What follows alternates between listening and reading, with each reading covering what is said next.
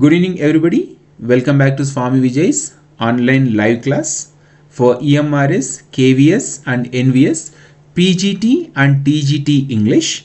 And today is 11th February 2026 and time is 7 p.m. in the evening and the temperature is minus 14 degrees centigrade here in the lake. In this class we are going to discuss Emily Dickinson and her popular poems, and one poem we are going to study in detail because I could not stop for death. So without any delay, let us begin this class. Let me adjust the view so that whoever is watching the recorded video, then they will not find any kind of disturbance or distraction. Okay. So this is a poem, very famous poem written by Emily Dickinson. But before we study the poem or the poetry of the poet, we have to know the biography, the life of the poet. So now let us move to directly. I shared this entire document in the WhatsApp group. You can go through it. If you had already gone through it, then it is easy for you to understand. Yesterday I created that PPT using artificial intelligence. That was very clean and clear, but I was not feeling satisfied with the explanation of a PPT. So that's why I had written all the information in my own hands, with my own hands. Okay. So Emily Dickinson's full name is Emily Elizabeth Dickinson. So we need to remember the basic questions may also come sometimes. What is the full name of Emily Dickinson? It is Emily Elizabeth Dickinson. So Elizabeth Dickinson, Emily Elizabeth Dickinson is her full name. She was born on 10th December 1830 and she died on 15 May 1886. I suppose at the age of 56 years or 55.5 years she was dead, but throughout her life she was scared and afraid of death. And she was born at Amherst, Massachusetts, USA. So she is also one of the prominent American poets during 19th century. Already we had a discussion on Walt Whitman, and yesterday we had a discussion on Nathaniel Hawthorne, and today we are discussing Emily Dickinson, who is Emily Elizabeth Dickinson. So American poetry we are discussing, or American literature we have been discussing in this week since Monday. So her literary period belongs to American Renaissance only, like Walt Whitman, Nathaniel Hawthorne. She also belongs to the American Renaissance. That means new life, new way of writing poetry. And her genre, especially she belongs to, or she practices, or she had written lyric poetry. Not only poetry, but it is a lyric poetry. Lyric poetry means the poetry which can be used to sing or which can be sung like a song. So that is lyric poetry. And one of the most important informations for examination point of view is she is known as poet of death, immortality and inner consciousness. So Emily Dickinson is famously known as poet of death, immortality and inner consciousness. Okay. Then further moving ahead, she was born in a wealthy and respected Puritan family. So again you can see here the Puritan family's influence on this writer also, or in this poet also. So she also belongs to a Puritan family. So these Puritans, as I already explained in the previous classes, they are hardcore Christians. They have so much religious faith in the Christianity. So they will follow pinpointedly the rules and regulations, the norms established by the Christian society, and especially the Orthodox Christian and hardcore Christian society. So she was born in a wealthy and respected Puritan family. Edward Dickinson, her father's name is Edward Dickinson. He was a lawyer and a politician, and her mother's name is Emily Norcross Dickinson. And this our Emily Dickinson has Puritan background which influenced her themes of sin, death and spirituality. Now already yesterday only I told you that I would always control myself not to go beyond the examination point of view, because if I explain these things in a free way like normal class, of course the information may be useful but it may not come in examination. So that is the reason why I'm controlling. So the Puritan background influenced Protestants and Puritans are there. Protestants are advanced in Christianity. That means how to explain, for example, even in Hinduism also, all are Hindus only, but some Hindus are like what do you call the word, I don't know exactly, we are called hardcore Hindus only. That means though all are Hindus, there are some people who believe that only Hinduism is the correct religion, or Hinduism is the right path, and Hinduism is the correct way of living. So if such kind of people who believes that only Hinduism is perfect, remaining all religions are wrong, only Hindu god or goddesses or gods are only have power, and remaining all gods and gods are not right, or they are not at all existed, and they believe that only through Hinduism only they can attain moksham, or they can attain salvation, or those things. So if they believe that only in Hinduism or through Hinduism if everything is possible and if everything can be attained, then those are called like Puritans even Hinduism also. Otherwise in Hinduism it is a multi-diverse, there is multi-diversity. Even in Hinduism also we have Vaishnavites, broadly Vaishnavites are there, Shaivites are there. Whoever worships Vishnu, they are called Vaishnavites. Whoever worships Shiva are called Shaivites. These are the broad sections, because according to Hinduism there may be so much of information, so much of belief system is there, but broadly people, Indians or Hindus, are divided into two categories, Shaivites and Vaishnavites. So mostly northern part of India where the resources are very less, listen, where the resources are very less, where the life is very hard, where the people have to sacrifice so many things for survival, generally they go for worshipping Shiva. People who have luxurious lifestyle, who are wealthy, who have lot of resources or plenty of resources available, in such places they go for worshipping Vaishnavite or Vishnu, because Vaishnavism or Vaishnavites, they glorify life, they decorate life, they enjoy life. So these are the basic ideas, even though both are Hindus.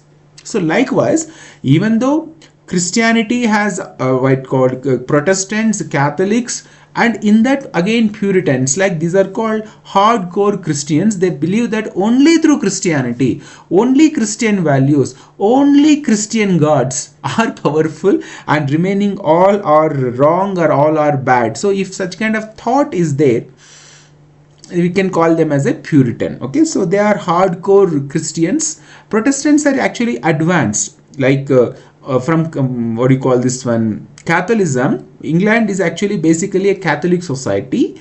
Europe is also basically a Catholic society. Whereas when it comes to America, they are Protestants. Those, they are advanced in thought. So when the thought is in advanced, automatically their life is also going advanced, and the country also goes in advanced, so developed. That is the difference, basic difference between Puritans, Protestants, and Catholics. Okay, so if I start explaining these things, I can explain hours together, but there is no use of these things in examination point of view. So that's why I try to stick to the point only. So Puritan background influenced the themes of sin, death, and spirituality. See, if we...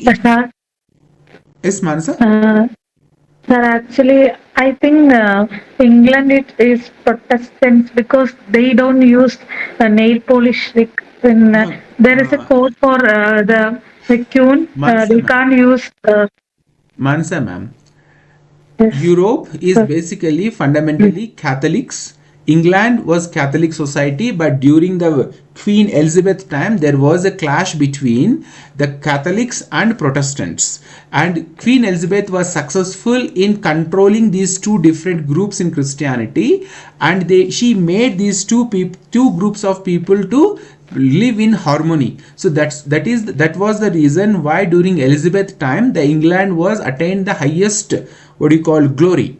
But after that, what happened, the divisions were so strong, so the Protestants wanted to dominate the European society. When they failed to dominate the European society, so they ran away from England and then they settled in America. So that's why Americans are more in advance and they are Protestants.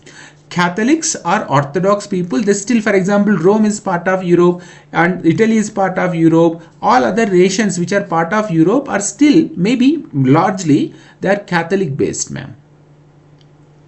Sir, why I said like once I heard a BBC news, like BBC documentary about Diana. Somewhere I heard that, so I thought they were like they have some kind of like for already they are royal and part of some religion or something. They have a code of dressing and everything. So I thought maybe they are Protestants. So I now I understood. But one thing, Manasa ma'am, you have to read the history of English literature, I mean periods of English literature, then these kind of confusions will never arise in our mind.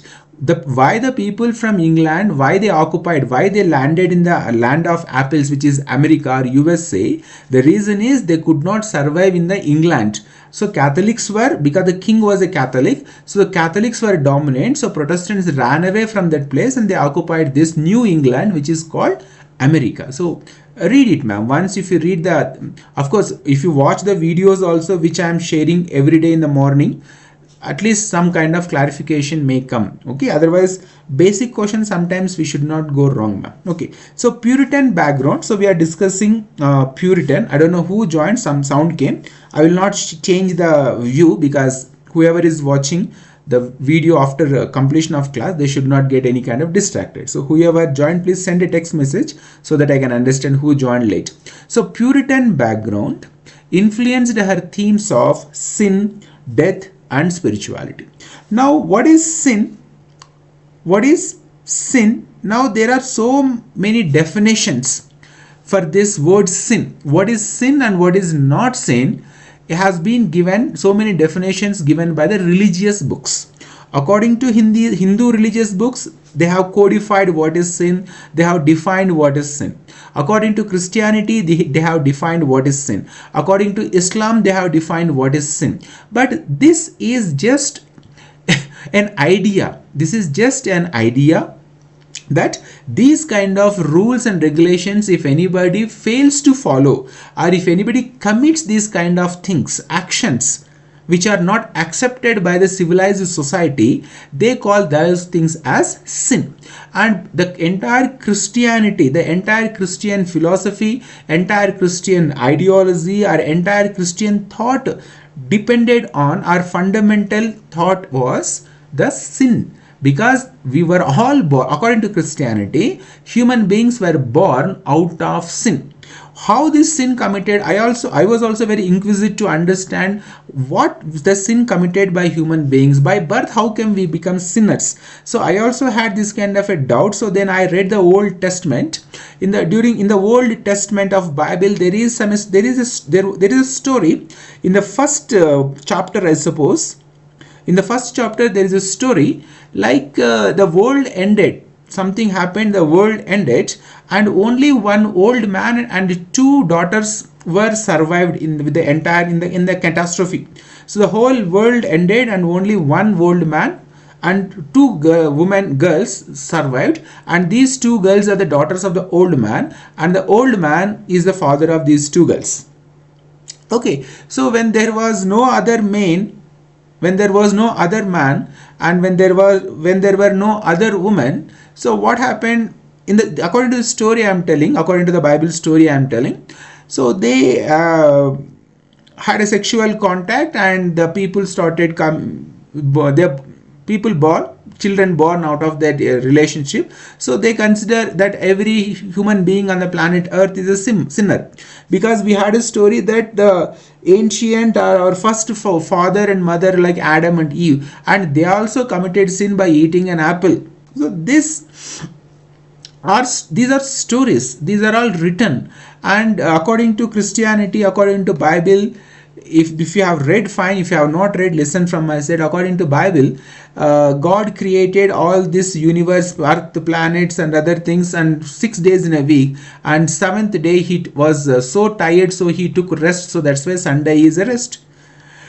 So according to Bible, God created. When it comes to Islam, when it comes to Quran, in Quran also God only created, but he took rest on Friday. So the Christian God took rest on Sunday, and the Islam God took rest on Friday. So that's why Friday is a holiday for the Middle Eastern countries, or where the Islam is dominated. So in the same way, they have codified sin. What is sin? So the biggest sin in human society, the biggest sin, the highest sin, the worst sin a human being can be committed in the human society is having an illicit affair, adultery. To put it simple, adultery or illicit affair, before marriage having sexual contact with others. So these are considered to be the highest sins according to any religion. So all religions, including Hinduism, every religion forbidden sex before marriage. So this is the greatest sin. So this kind of thought made our Emily Dickinson also to have these kind of feelings about physical intimacy with men. So it was told that, it was written and told that Emily Dickinson was a homosexual. Lesbian. She was a lesbian. So what happened? These kind of Puritan thoughts controls our emotions, controls our ideas, controls our lives. So why sin is so powerful in Christianity, why sin is so powerful in Hinduism? Every religion talks about sin. If anybody committed sin, what happens? The sinner will go to hell.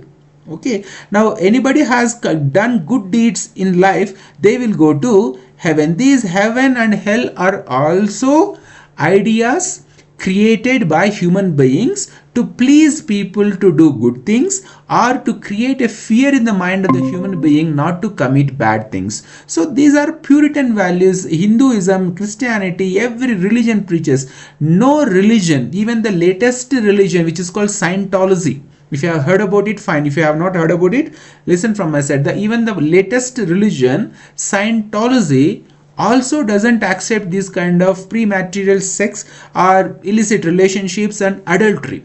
So all these things comes into one point, that Puritan value says that the biggest sin is adultery, premarital sex and all those things. So these ideas and these thoughts shaped Emily Dickinson's life, and even her poetry, influenced her poetry. Then second thought is Puritan background of influence was death. Now tell me, who is not afraid of death here? I don't know how many joined, because I'm just explaining things in a very in flow. So who is not afraid here with death or in death? Let me just see how many joined, who joined actually. Okay, so here I can see Snehalata and okay, my wife Rani. Okay, who is not afraid of death in our life? Tell me. Everybody is afraid of death, because what is the reason why people are afraid of death?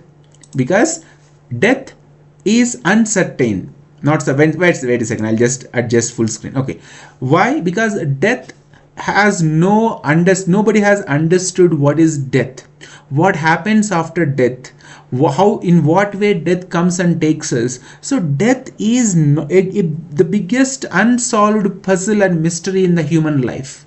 So we are all scared of death because we don't know what is death, and we don't know what happens to us after death. So we came with an idea that no, death is not so dangerous, because our life passes in this way. What is the first one? Life will die and then will take rebirth. That means this will go on in circular. That means what happens? If you take birth, you will die, and if you die, you will again take rebirth, and if you take rebirth, again you will die, and then again you will rebirth. So this is a cyclic way in our life continues. Hinduism preaches, Islam preaches, Christianity preaches, everything, every religion preaches. So here also Emily Dickinson believes that there is a life before death and there is a life after death. So that's why she is not afraid of death, and she is actually shown or represented death as calm and peaceful in her poems. Now, why do we get scared of death? Because it is like, dead end. People who believe in the religious belief system, though they are Christians, maybe Hindus or Christians or Islam, Muslims or Zoroastrians, Jews, whoever are they may be, even Buddhists also, Jains also, they all believe in the rebirth. Do you know the reason why people have created this idea of rebirth? Because we don't want to live this life. Even after death also, we want to relive this life, because there is such a pleasure in our living.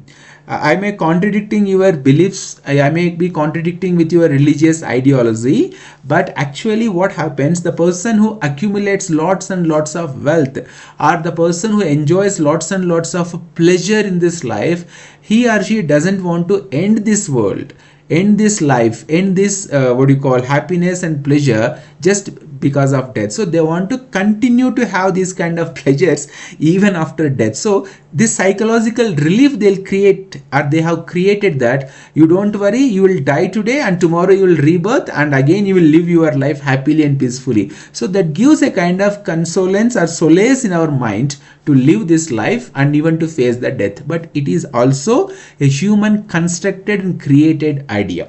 But Emily Dickinson was influenced by this idea. For example, if I am telling you there is no life after death, that is a dead end, then you will get shocked, because if I tell you like this, whatever you have believed, whatever you have understood, whatever you have learned, whatever you feel the truth, now everything is shattered. So here in the Puritan values, death is not that dead end for the life.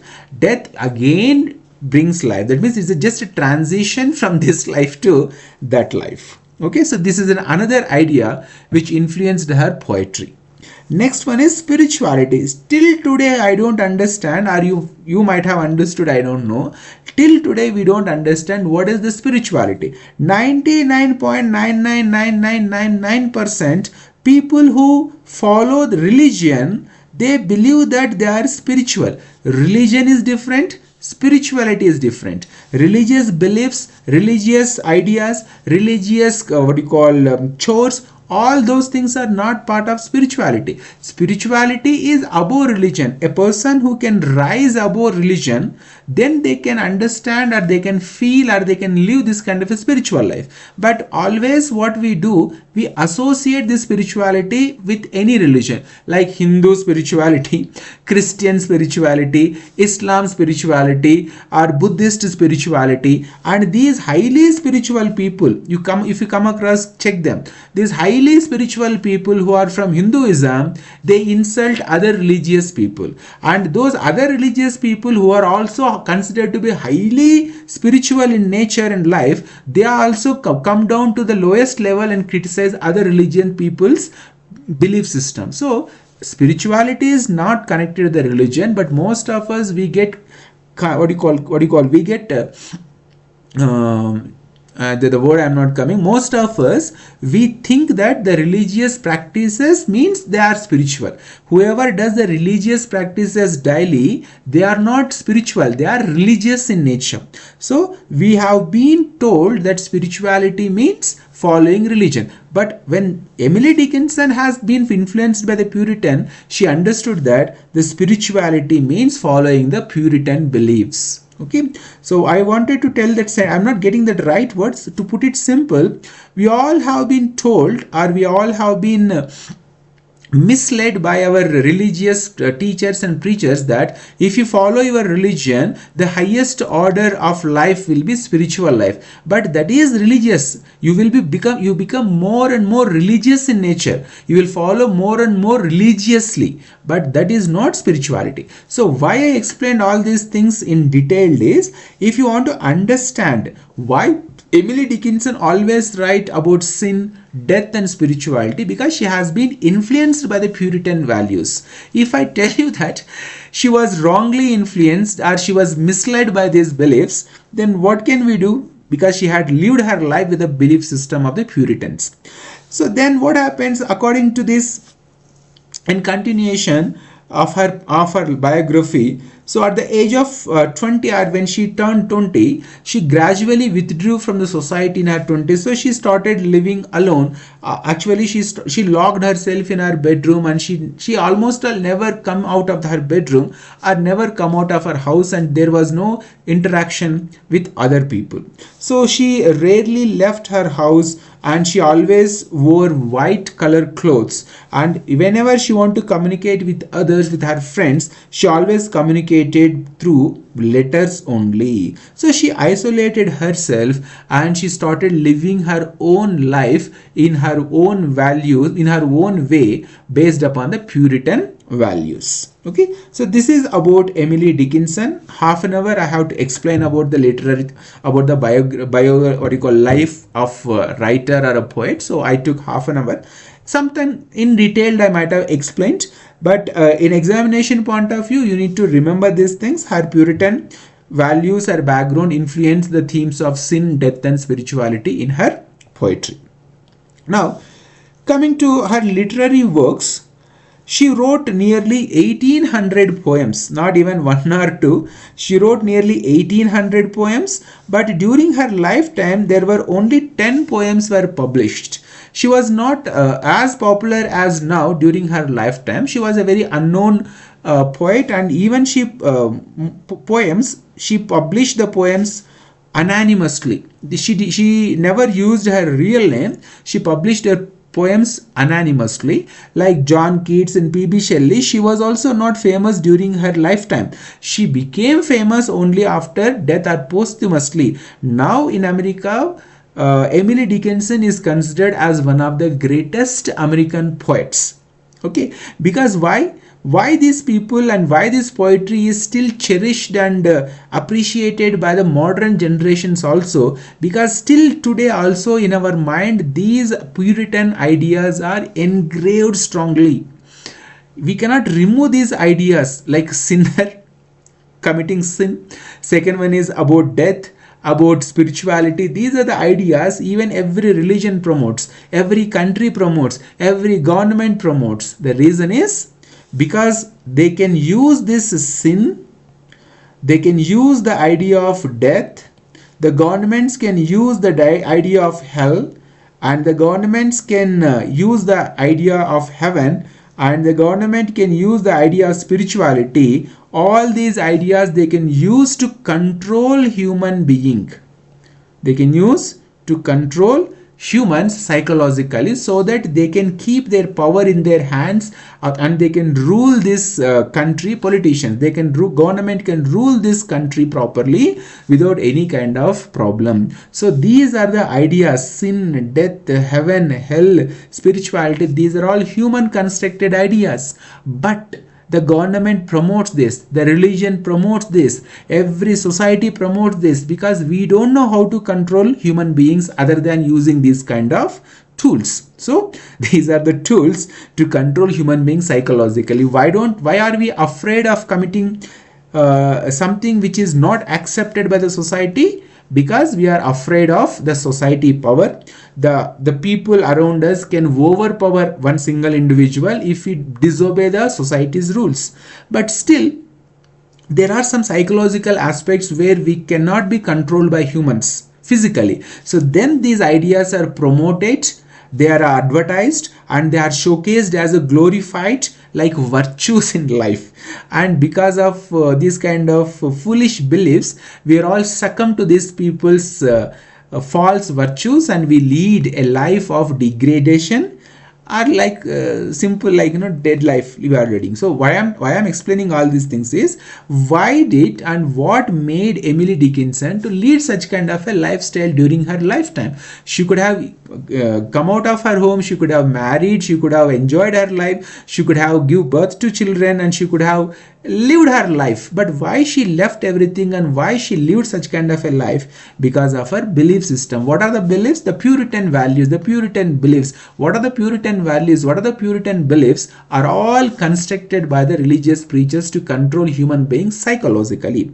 Otherwise, if anybody is atheist, or if anybody is watching this video, an atheist, he or she can understand that these are all just psychological ways to control human beings, to keep them under control of the government, and government also wants people to live this kind of pattern. And nowadays the government has come with a new strategy, of course, maybe in the previous generations also, but the government know the social media, okay, or we can call it as entertainment, or we can call it alcohol. All these things are bad to human beings. Then why don't they ban, like tobacco, alcohol, in the name of entertainment, the social media platforms like Instagram, all those things? Why didn't government ban these things? The government did not want to ban these things. The reason is, if people are not occupied unnecessarily with these kind of things, then what happens? Their mind will focus on the government's action, what the government is doing, what the people in the government are actually doing, what parliament is actually doing. So if the entire nation started thinking about the government, then no government can survive. So even though the government know that these are all harmful things to human beings, to the citizens of the country, they will never stop, because they want the people, the citizens of the country, to become dull, to become what you call lazy, and to become useless, so that they can rule these people easily. Okay, so all these things are ideas about different ideas about different cultures, but this is the overall, the truth is this much. This is the overall, according to my understanding, this is the truth. So if, and advertisements and all those things are actually, they are spoiling human mind, and they want human minds to get spoiled, human brain to get spoiled, so that they can easily get their life done. Politicians can enjoy the life. Okay, so then what happened? Only 10 poems were published during her lifetime, and all her poems were published posthumously after her death by her sister Lavinia, her sister. And those other poems, like 1800 poems, were published in the first collection, or in the second or third collections, and the first collection was published in 1890. Okay, then what are the her important poems? Let us have a glance. I may not explain very clearly, but at least we should know the background of those poems. So important poems written by Emily Dickinson. The first one is Hope is a Thing with Feathers. So this is the first poem. Hope is the Thing with Feathers. It was written in 1861 and it was published in 1891 posthumously. That means after her death.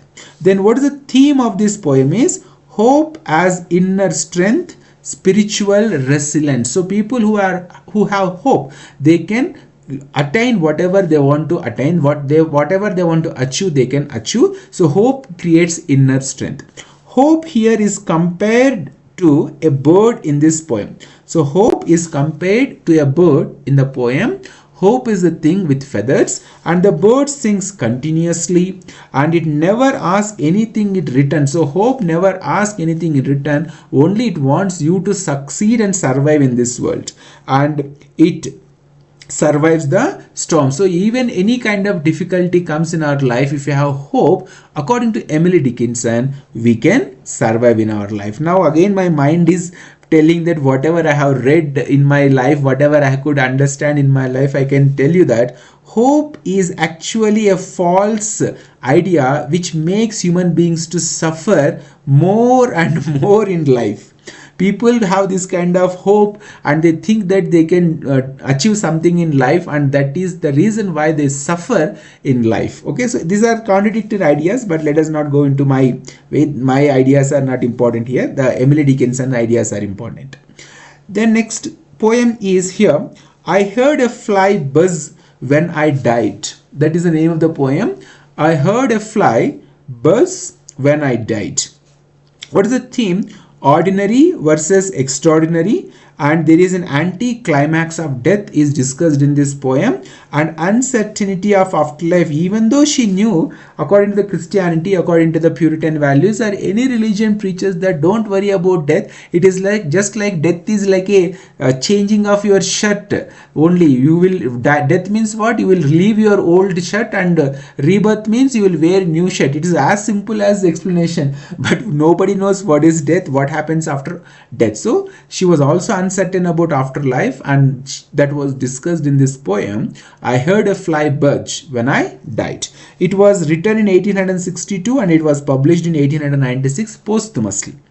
Then another poems are a narrow fellow a narrow fellow in the grass. The themes are fear of nature and hidden dangers. Then fourth poem, another poem is I felt a funeral in my brain. I felt a funeral in my brain. So the themes are mental breakdown and psychological suffering. And another poem name is My Life Had Stood a Loaded Gun. The themes are power and identity. And another poem is There is a Certain Slant of Light. This poem discusses Emily Dickinson's depression, spirituality and oppression in her life. Then moving ahead, we have This Is My Letter to the World is a poem written by Emily Dickinson. The theme is isolation, and you can understand these are the different poems. Now, before entering into the poetry written by Emily Dickinson, if you have any doubts or if you have any questions, you can ask me now. Any doubts or any questions?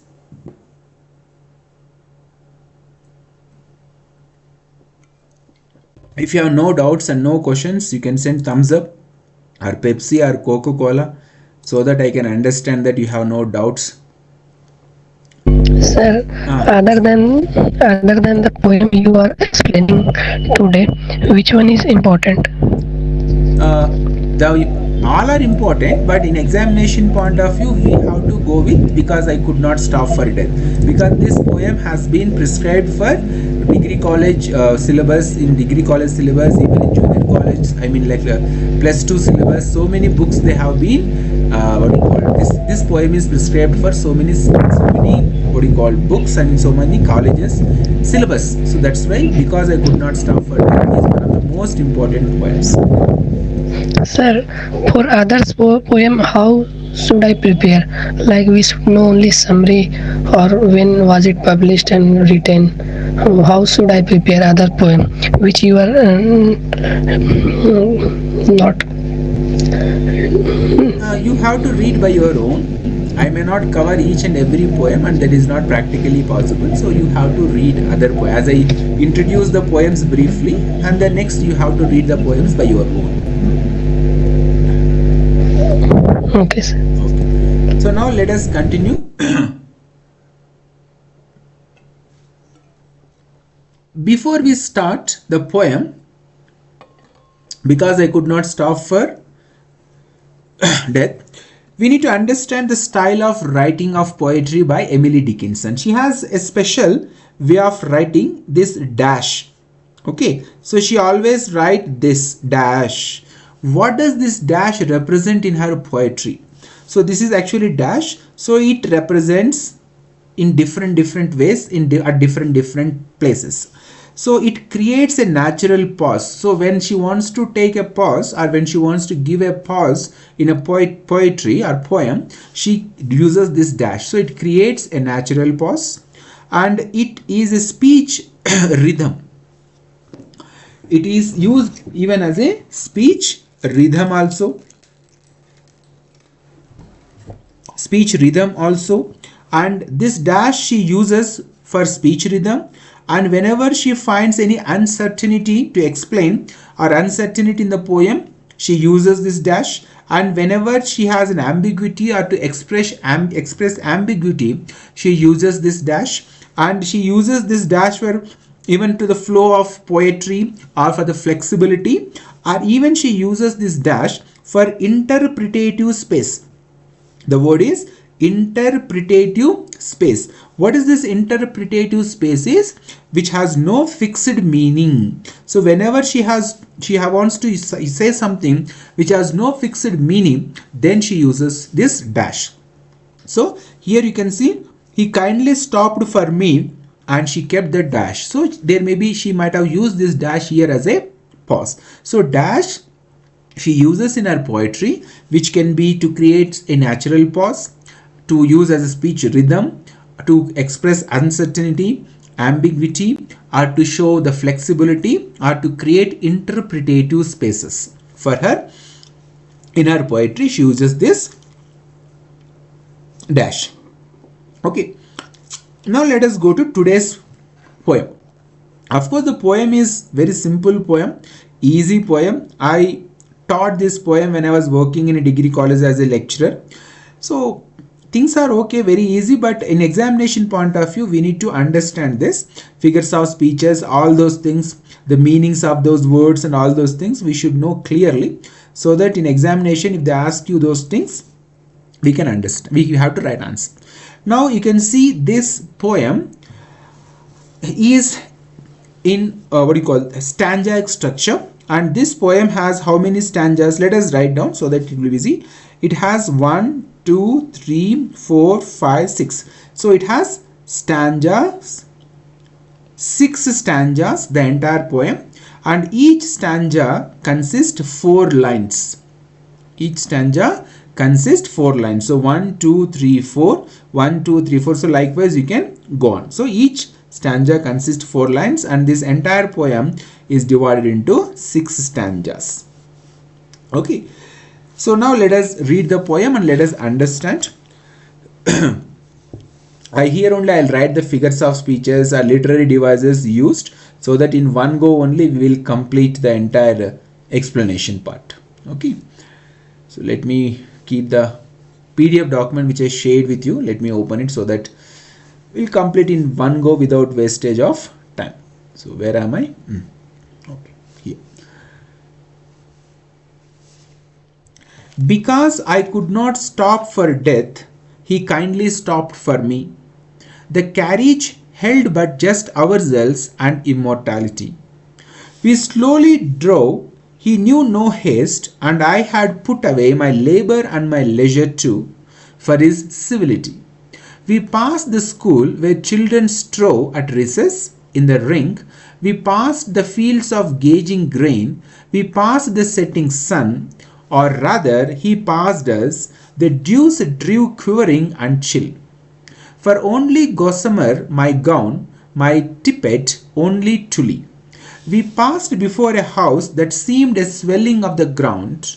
The roof was scarcely visible, the crownings in the ground. Since then, its centuries, and yet feels shorter than the day. I first surmised the horse's head were toward eternity. So this is a 6th stanzaic poem, and here the explanation is simple. Because I could not stop for death. Who is I here? It is none other than poet Emily Dickinson. Because I could not stop for death. So Emily Dickinson was so busy in her life, so she did not think about death. We are also so busy in our lives, we never think about death. We think that we are not going to die and we are going to live forever.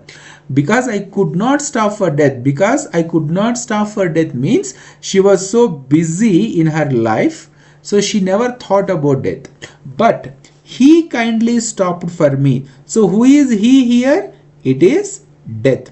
He kindly stopped for me. So you can see here the death is presented very polite, calm and peaceful. Death is not some kind of terrific creature here or terrorizing creature here. He looks very calm and cool and pleasant. So when Emily Dickinson could not stop for death, the death only kindly stopped for me.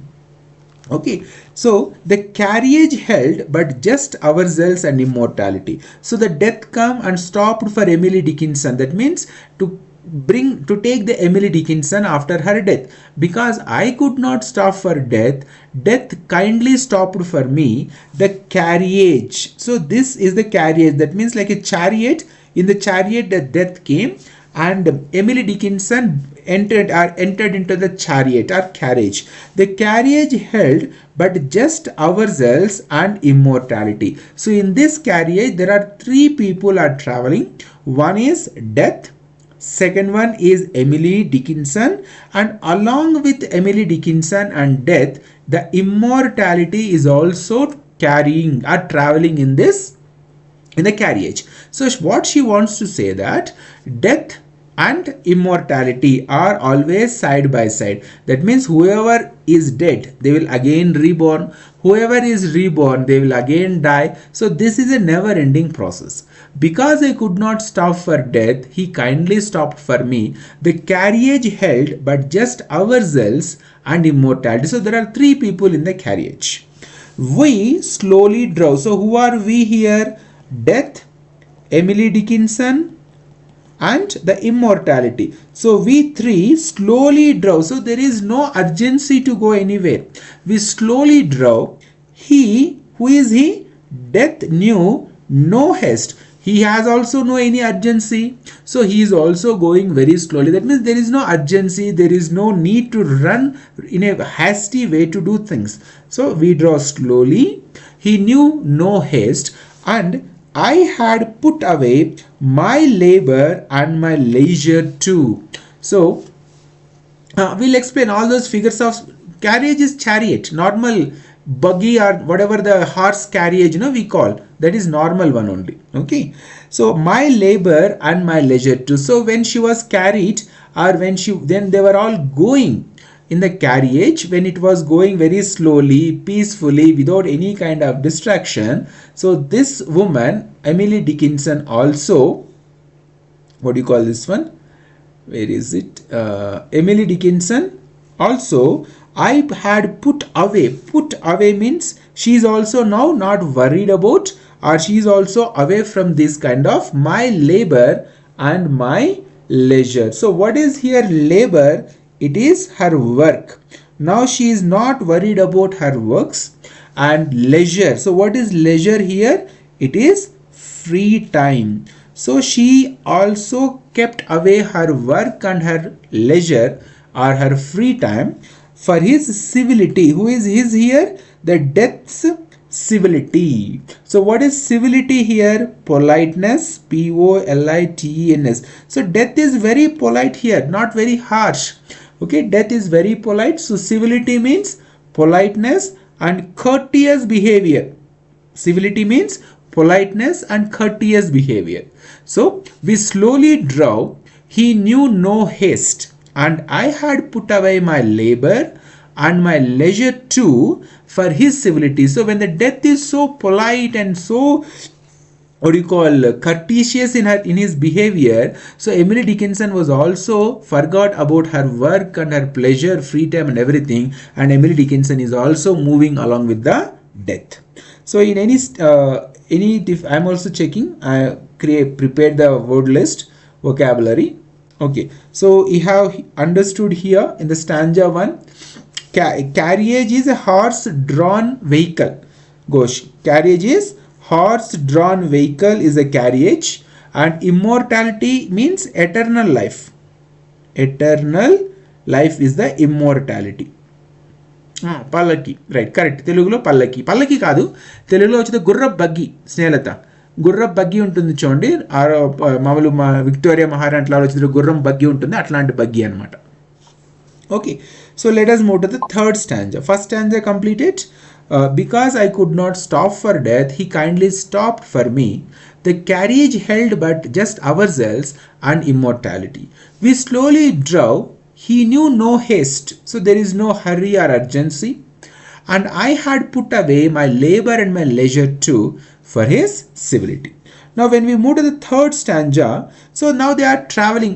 So the death arrived, or death came, and she now carrying Emily Dickinson in the carriage, and now death and immortality and Emily Dickinson, they're all passing. That means from one point to another point they are moving. Where they are moving, let us understand later, but now the passage has started. Okay, so we passed the school first. So they passed the school where children strove, S-T-R-O-V-E. So what is the meaning of the word here, strove? Working hard. We can use this dictionary words, working hard, or another meaning is strove means struggled, S-T-R-U-G-G-L-A-D, struggled. We pass the school where children strove at recess, break time. So during break time, what they are doing, they are working or they are running and all they are doing. in the rink. Okay, ring means here like circle. So children are playing in the circle. CIRCLE, circle. First they passed the school. We passed. Who are we here? Three people. Death, Emily Dickinson plus immortality. Passed the school where children strove at recess in the rink. Next, we passed. So you can see here we passed, repetition is going on. We passed the fields of gauging grain. What is this word? Gauging grain. We passed the fields of gauging grain. So gauging grain means ripped crops moving in the wind. So it is like ripened crops. Sorry, not ripped. It's ripened. RIPENED. Ripened crops. Sorry. Ripened crops. Gauging grain means like almost all the crop has come for harvest. Ripened crop. RIPNED. Ripened crops. Ripened crops moving in the wind. Ripened crops moving in the wind. So those kind of crops are called gauging grain. Ripened crops moving in the wind. Sorry, ripened crops moving in the wind. WIND. Gauging grain. So first they passed the school. Next they passed the gauging grain. We passed. See again, third time repetition. We passed the setting sun. So they were passed when they were traveling or when they were passing through. What they found? First they passed the school. Second they passed the gauging grain. Third they passed the setting sun. Setting sun means sunset. Okay, sunset. SUNSET. We passed the school where children strove at recess in the rink. We passed the fields of gauging grain. We passed the setting sun. Or rather, he passed us. She thought that whether they passed or he passed us. So who is he here? Who is he here in this line? It is Death. Death passed us. So Death carried Emily Dickinson through the way. The Jews drew quivering and chill, for only gossamer my gown, my tippet are to lee. So what kind of clothing she was wearing? She was wearing very light weighted or light fabric she was wearing. So dews means what? When they were passing through, the dews means small drops of water formed at night. Quivering means trembling. What is the meaning of the word quivering? Trembling. And another word is chill. What is this? Chill means coldness. So when they were passing through, the dews drew quivering and chill because because she was wearing light gown. Because of long light gown, she was feeling this kind of cold and chill in her body. Then what is this tippet? TIPPET. The tippet here means a small shawl. SHAWL. A small shawl she worn, but it was not covering her fully and it was not creating the warmth inside her body. Now tulle, TULIE means light fine net like fabric. It is like net like fabric. So she was wearing all these clothes, but these clothes are not providing warmth to her. So she was shivering, she was quivering, she was feeling cold in her body. What is gossamer? Very thin and delicate fabric. So gossamer is very thin and delicate fabric is called gossamer. So they were passing through, and when they were passing, she felt cold because she was wearing very light clothing or light gown. We paused before a house that seemed a swelling of the ground. The roof was scarcely visible, the crownings in the ground. So they passed through the school, then the gazing grain, then the sunset, and finally they stopped in front of a house. In front of a house they stopped, and the house, how does the house look? It seemed a swelling of the ground. So if this is ground, the house looks what? Small kind of swelling on the ground. So what it is actually, the roof was scarcely visible. The roof was scarcely visible. The cronins in the ground. So if we go with the meaning of these words, swelling means slightly rise, or it is also called as mount. It is simple. This is actually grave. She is talking about grave. So what is house here? It is grave. We passed before a house that seemed a swelling on the ground. The roof was scarcely visible. The roof was not visible, slightly visible, but it was not clearly visible to her. The cronins in the ground. So what is this cronins? The cronins meaning is a decorative edge near the roof. Cronins means is decorative edge. Decorative edge near the roof. Near the roof. So there is something which is decorated on this mount, and to put it simple, this house, the swelling of the ground, the roof was scarcely visible. All these things are actually showing, are expressing, reflecting, describing the grave. Last stanza, if you see, since then, now she is dead, now she is in that grave. Since then, it's centuries, hundreds of years passed, and yet feels shorter than the day I first surmised the horse's head were toward eternity. Though she has been dead for centuries, but it looks like, it feels like she had been died only for a day or only one day before. So she feels the days are shorter, feels shorter than the day, even less than a day. I first surmised when she looked at the horse's head, the horses which brought the carriage to the grave. When she looked at those horses, I first surmised the horse's head were towards eternity. When she looked at those horses which brought the carriage to the grave, those horses' heads were directed towards the eternity. That means those horses are symbolic way of representing the eternity of life. So this is simple explanation about the poem written by Emily Dickinson, and her poems have no titles. Let me tell you, all her poems have no titles at all. Here also you can see it is written Emily Dickinson, but there is no title given to this poem. All her poems, first lines by default, they become the poems titles. So now this is a brief explanation about the poem. Now let us go to the figures of speeches, or literary devices being used in this poem. So first literary device used in this poem is personification. Personification. So here you can see personification is addressing an inanimate object as a living being. So here, though we know that he kindly stopped for me means what? It is death. Death is not human, but she attributes the human qualities inanimate objects also, and she addressed the death.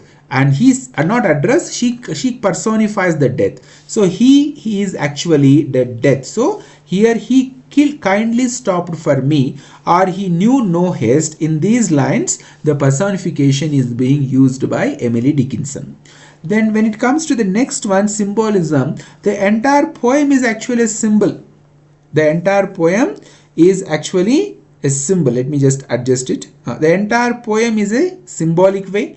Everything, whatever she had written, is actually represent something else. So the carriage, what is this carriage? It is actually a symbolic way of showing transition from life to eternity. That means the carriage has come to transit life after death to eternity. Then the school is actually represents a symbolic way of showing the childhood. A human passes in these stages. So school is actually symbolism of childhood, and here gazing grain is symbolism of showing adulthood. Setting sun is actually showing old age. House in the poem is grave, and horses heads shows the eternity. Very, very important information, examinations point of view. Then in this poem, Emily Dickinson uses metaphors also. So metaphors, let us see here. So here Emily Dickinson's the carriage is used as a metaphor to journey from life to death, from this life to another life transition, or the carriage is used journey from life to death. And the house is actually the grave metaphor, and the sunset is end of the life. And in the lines you can see the roof was scarcely visible. The cronins in the ground is actually representing or talking about the grave. So these are the exact lines you have to remember. When the questions comes in exams, you should not miss the right answer option. Or if they ask you to write the question like what are the literary devices used by Emily Dickinson in her poem Because I Could Not Stop for Death, you have to write all these things for the descriptive answer.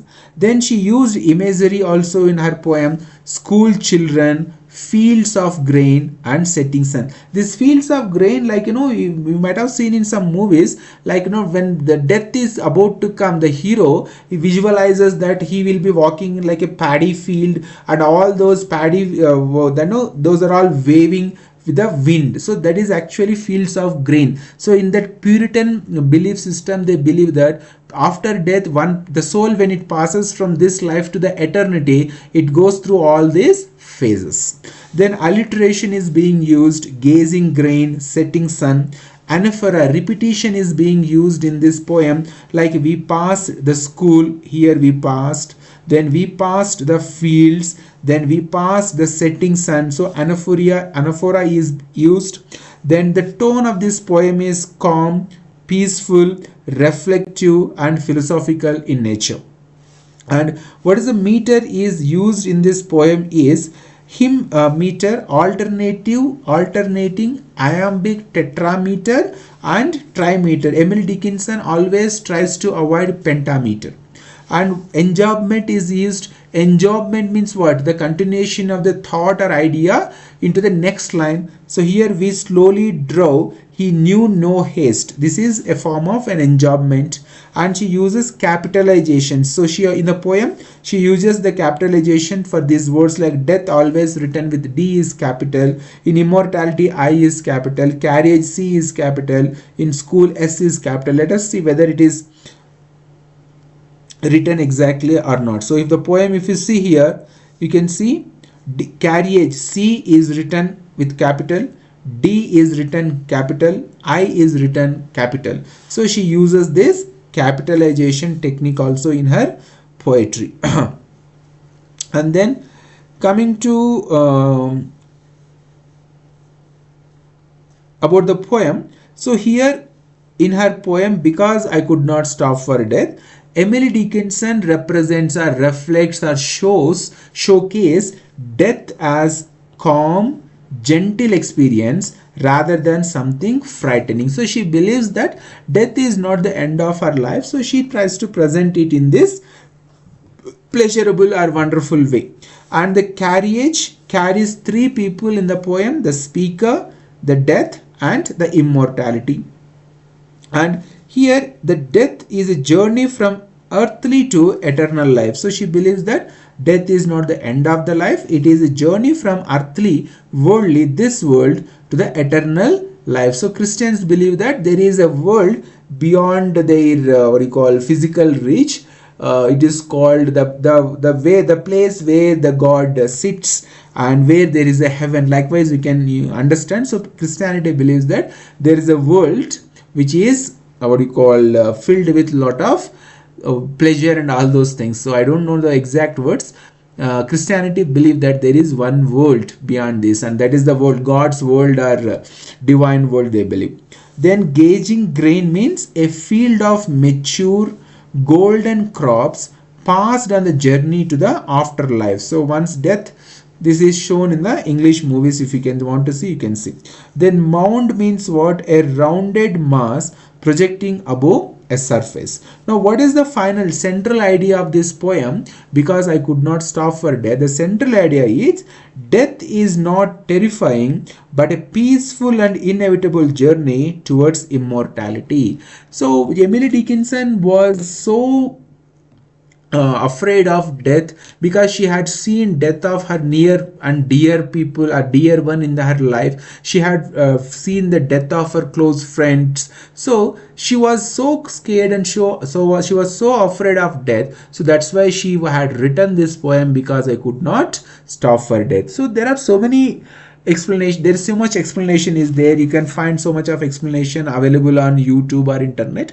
But in examination point of view, whatever I had explained or whatever I had written, I believe that this much information is sufficient for you to write a descriptive answer, as well as if they ask you objective questions from this poem. So now let us end this class. In today's class we completed one of the greatest American poets, Emily Dickinson, and her poem Because I Could Not Stop for Death. And the main theme of this poem is, the poet talks about the immortality and death is shown as a pleasant way, not in a terrifying way. So death is not terrifying, but a peaceful and inevitable journey towards immortality. So this is for today's class, and I'll stop the recording. If you have any questions or if you have any doubts, you can ask me now.